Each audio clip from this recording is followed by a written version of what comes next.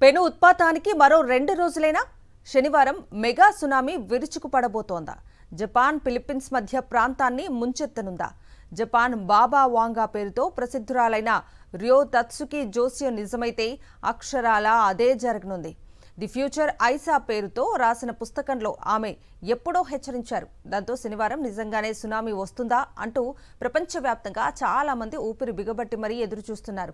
ఈ జోస్యానికి సంబంధించిన వార్తలు చర్చోపచర్చలతో 2 రోజులుగా ఇంటర్నెట్ అక్షరాల హోరెత్తుతోంది. ఈ భయాందోళనల నడుమ టోక్యో సమీప ప్రాంతాల్లో విమాన తదితర ప్రయాణాలను జనం భారీగా రద్దు చేసుకుంటున్నారు.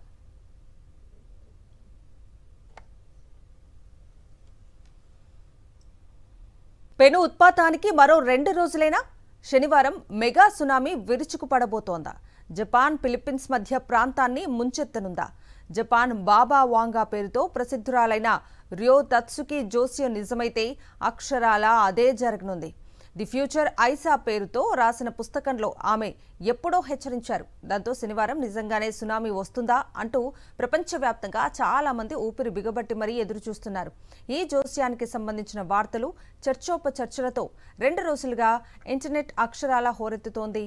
ఈ భయాందోళనల నడుమ టోక్యో సమీప ప్రాంతాల్లో విమాన తదితర ప్రయాణాలను జనం భారీగా రద్దు చేసుకుంటున్నారు.